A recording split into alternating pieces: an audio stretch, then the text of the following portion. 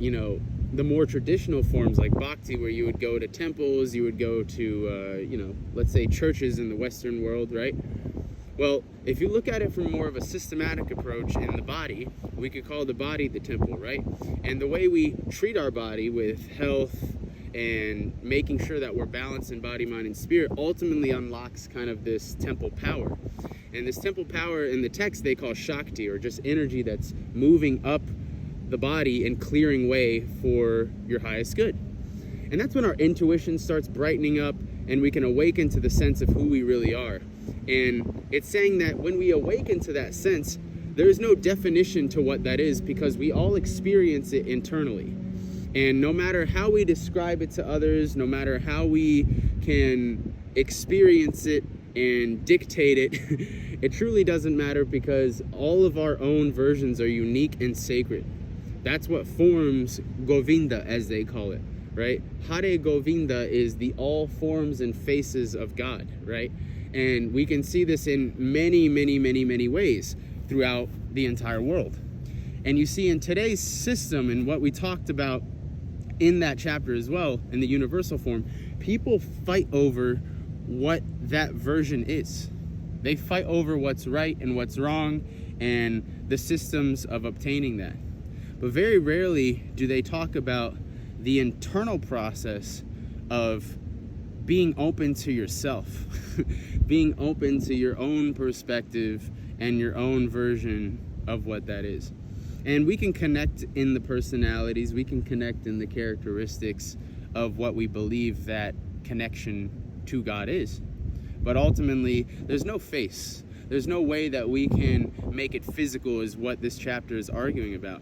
It's really saying that energetically, you're going to perceive it a certain way. And when the time is right for you to be open, you will receive your own visions. And that's why people have throughout their lives these small pockets of time where they experience these kind of prophetic or just awakening experiences, right?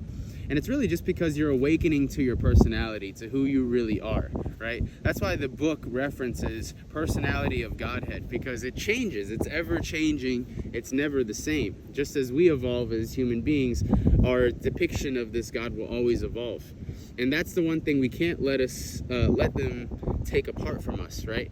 Is we can't keep force feeding these versions without truly believing in ourself first. So I ask you to take a look at your connection with yourself in a way that connects you deeper with your higher conscious or your higher spirit. The books argue there are different things, right? Krishna consciousness, Christ consciousness. But what's your consciousness? Whatever your name is, right? What's your consciousness? And how can you use your consciousness to get closer to pure consciousness? And that's what it's talking about. The fourth dimensional phase is pure consciousness. Waking, sleeping, the in-between, and then pure consciousness. So as we learn these lessons throughout the 365 days of just understanding what it means to be in yoga, not to do yoga, but to be in yoga, that's what it means. And as you can see, it's a very wide open book. Like there's no rules of how to get closer to that energy. It's how you take care of yourself in that process, and how you stay away from the material aspect of things, of what your body wants to consume and what it wants to go after, right? That's the subconscious death urge, as they call it, right? My mentor, Jim Morningstar, that's what he calls it, the subconscious death urge of the ego needing to survive in this material world, so it has to keep chasing after things that it believes will create this personality, right? Being the richest in the world so that you can have power and start manipulating your path so that you can have the God path, right? That's not God path. That is just power manipulation. That's energy harvesting, right? And this has been done for hundreds and hundreds of years because people want to give a direct authority on the personality of this figure, of this entity, of this energy, of this thought. Now, the book says, chanting and all this other stuff, and I can see why it can throw a lot of people off, because you don't want to join a group of people that are chanting something and not necessarily know what it means in a really, really ancient way, right? But I asked you to look at it from a sense of vibration. In the previous weeks, we talked about color theory and how the chakras align with color theory. The same goes with resonancy, right? When you're chanting something, it's because of the hymn and the tone of the hymn that resonates within your body that you feel a certain energy. When you're unsure of what you're chanting, of course you're going to feel a certain way. But those people for thousands of years, they have cultivated their own personality. And that's the chant that they're chanting to, which gives it far more energy. That's why they call it mantra, right? And they say you can gain powers or siddhis from these mantras, because the more and more you're meditating into a vibration, the more and more you're connecting with this personality, right?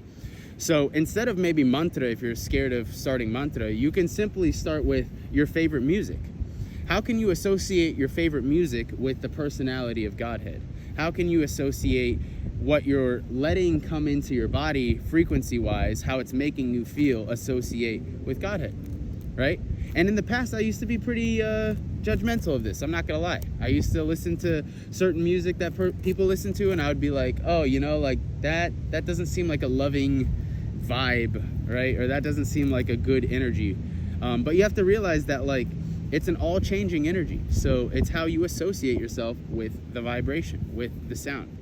And you know, there's techniques like Brahmari and different humming techniques you can use in yoga to really feel what just simple humming resonancy feels like in your body. You know, like when you're walking about and then your favorite tune is just in your head and you start humming it and then all of a sudden you feel better. That's like kind of the same principle. You're discovering what these resonancies do. And what happens is, as you begin developing this personality of the Godhead that you choose for your association with it, you start adding color and sound. And that's how we begin to perceive the reality around us from that personality, that spirit that comes within us all, right? And so times when you're feeling really down and when you're feeling depressed or when you're feeling anxious, observe your association with that personality. That's what this chapter is talking about. It's a universal form of understanding yourself and how that mirrors and reflects in your everyday reality. And I simply just teach you how to use yoga and other healthy wellness systems to get closer to this kind of energy that we can hold sacred for ourselves, but also can connect magnetically with everyone around us. Because as you start developing this energy and as it becomes more positive and nurturing and safe, you start to attract loads of abundance. You start to attract loads of love and support. And in a way, experience the new reality of your personality. And oftentimes we get into the new reality of our personality and we're not prepared because we haven't done enough integrative work with our psyche, with our dreams, with our emotions, with our relationships to navigate that reality effectively. And that's how we use our failures from our past to kind of propel ourselves forward instead of kind of regurgitating the same karmic patterns over and over and over again. And in this chapter, it highlights Krishna karma, right? As a way of understanding Christ karma or good deeds, right? Like the golden rule, treat others how you want to be treated, or, you know, keep your energy at a certain frequency so that people can match that frequency. You don't necessarily have to bring yourself down to other people's frequencies. You can rather raise the frequency, if you know what I mean. And this takes practice. It takes loads and loads of practice. And I think one of the strongest ways to practice this is actually through a loving relationship. Understanding what a real loving relationship is with someone else. Because to a certain extent, when you get so deep into a relationship, when you connect with someone so deeply, you are sharing an aspect of that personality, of that aura, of that energy, right? And oftentimes partners are arguing over how that personality should be projected, I guess, in a relationship. And that's how you know you're in a strong relationship, is when you have someone that can help you understand your developing personality that you're attracting to, while you help them understand theirs. Simply